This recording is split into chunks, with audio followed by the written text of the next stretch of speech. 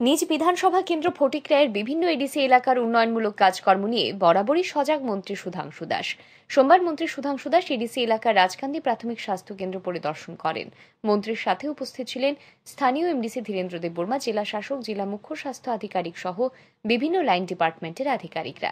এদিন রাজকান্দি প্রাথমিক স্বাস্থ্য কেন্দ্র পরিদর্শনকালে হাসপাতালে আসা রোগীদের সাথে কথা বলেন মন্ত্রী। রোগীরা সঠিক পরিষেবা পাচ্ছেন কিনা সেই বিষয়ে খতিয়ে দেখেন তিনি। হাসপাতাল পরিদর্শনকালে রাজকান্দি প্রাথমিক স্বাস্থ্য কেন্দ্রটিতে দিনে 24 ঘন্টায় পরিষেবা প্রদান করা যায় কিনা সেই বিষয় নিয়ে বিস্তারিত আলাপ করেন মন্ত্রী সুধাংশু দাস। এদিন সংশ্লিষ্ট এলাকার পানীয় জলের বিভিন্ন প্রকল্পগুলিও ঘুরে দেখেন তিনি। দুটি নির্মীয়মান রাস্তার নির্মাণ কাজ ও গঙ্গানগর পঞ্চায়েতে নির্মীয়মান দুটি ব্রিজের কাজও পরিদর্শন করেন মন্ত্রী সুধাংশু দাস।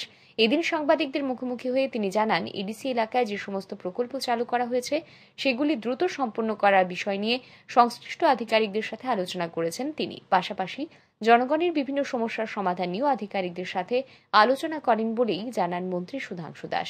সংশ্লিষ্ট সমস্ত প্রকল্পগুলি কাজ দ্রুত সম্পন্ন করার লক্ষ্যে নিয়মিত তদারকি করার জন্য বিভিন্ন লাইন ডিপার্টমেন্টের আধিকারিকদের নির্দেশ দেন বলে জানান মৎস্য, পশুপালন ও তপশিলি জাতি কল্যাণ মন্ত্রী সুধাংশু দাস।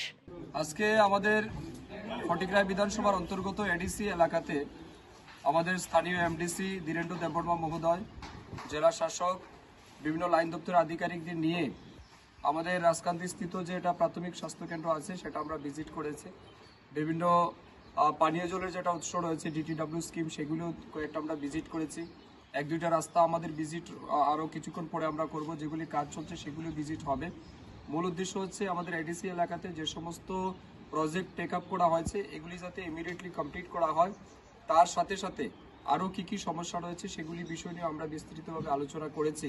এবং বিশেষ করে আমাদের যেটা রাজকান্দি প্রাথমিক স্বাস্থ্য কেন্দ্র আছে সেটা যাতে 24/7 চালু করা যায় তার জন্য সিএমও সহ আমাদের চিফ মেডিকেল অফিসার ঊনকোটি জেলা ওনাদের সহ আমরা আলোচনা করেছি এবং একটা আমরা সিদ্ধান্তে উপস্থিত হয়েছি। আমরা সরকারের পক্ষ থেকে যাতে খুব দ্রুত সেটাকে চালু করা যায় জনগণের স্বার্থে, সেই বিষয় নিয়ে আমরা আজকের ভিজিট ছিল।